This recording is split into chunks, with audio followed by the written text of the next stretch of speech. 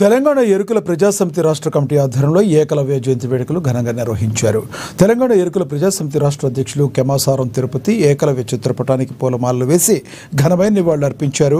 ప్రపంచంలోని అత్యంత విలువగల గురువు శిష్యుల బంధాన్ని ఆనాటి కాలంలో తెలియజేసిన వ్యక్తి ఏకలవ్యుడని వారు వివరించారు. ఏకలవ్యుడు మహాభారతంలో గురుభక్తిని చాటే ఒక ఔన్నత్యం వ్యక్తి అన్నారు. ఏకలవ్య జయంతి రాష్ట్ర ప్రభుత్వం అధికారికంగా జరపాలని వారు డిమాండ్ చేశారు. అందరికీ ఏకలవ్య జయంతి సందర్భంగా మీ అందరికీ ప్రత్యేకంగా ధన్యవాదాలు. ఈరోజు ముఖ్య తెలంగాణ ఎరుకల ప్రజాసమితి రాష్ట్ర కమిటీ ఆధ్వర్యంలో జూలై 6వ తారీఖు వరకు ప్రతి సంవత్సరం తెలంగాణ ఎరుకల ప్రజాసమితి ఆధ్వర్యంలో జరపడం జరుగుతుంది. ముఖ్యంగా ఏదైతే